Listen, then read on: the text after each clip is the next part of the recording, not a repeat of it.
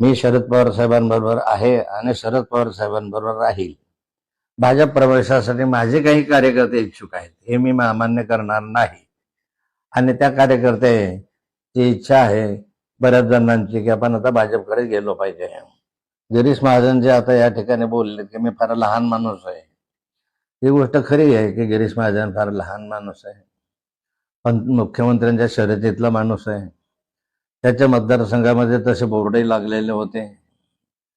त्यामुळे एवढ्या मोठ्या लहान माणसाशी मी संघर्ष करतोय.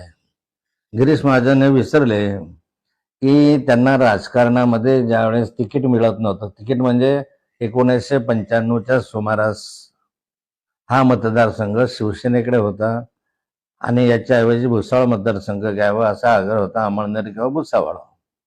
त्यावेळेस भुसावळ मतदारसंघ शिवसेनेकडून भाजपकडे घ्यावा असा आग्रह त्या कालखंडामध्ये अनेकांनी धरला होता. परंतु मी आग्रह धरला होता की गिरीश महाजन चांगला कार्यकर्ता आहे आणि गिरीश महाजनला जामनेर विधानसभा क्षेत्रामध्ये उभं केलं पाहिजे. त्यासाठी हा मतदारसंघ बदलूया. जो जामनेर शिवसेनेचा आहे तो भाजपला घ्या आणि जो भुसावळ भाजपचा आहे तो शिवसेनेला द्या.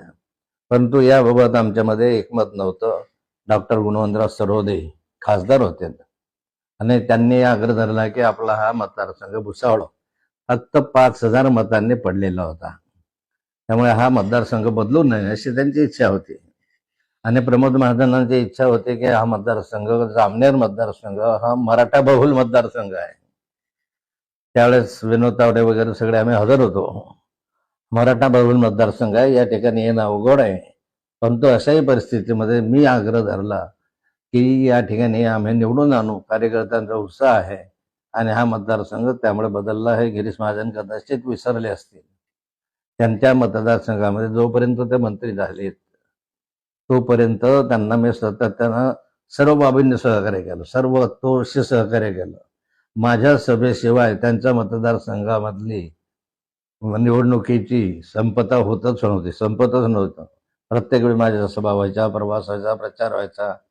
त्यामुळे गिरीश महाजनांनी हे लक्षात ठेवलं पाहिजे की नाथाभाऊन तुझ्या मोठ्या उदाहरणाने, नाथाभाऊंचं योगदान तुमच्या मोठ्या उदाहरणाने मोठं आहे. आम्ही जर उजिडात आणलं नसतं तर कदाचित नसते, कार्यकर्त्यांनी मेहनत घेतली नसते तर कदाचित नसतं. पण ठीक आहे, गिरीश महाजनला तसं वाटतं की लहान आहे, पण माननीय मुख्यमंत्र्यांचा आशीर्वाद गिरीश महाजनला आहे. मुख्यमंत्र्यांचा आशीर्वाद जर काढला तर गिरीश महाराज कशातच नसतील अशी स्थिती आज आहे. आणि त्यामुळे फार गिरीश महाजनांचं लक्षात येण्यासारखं नाही आहे. एवढं निश्चित आहे की दिल्लीला मी गेलो होतो, त्यावेळेस मी गेलो म्हणजे मी स्वतःहून गेलो नव्हतो. माननीय अमित शहा यांनी मला फोन केला होता, मला त्यांनी दिल्लीला बोलवून घेतलं होतं.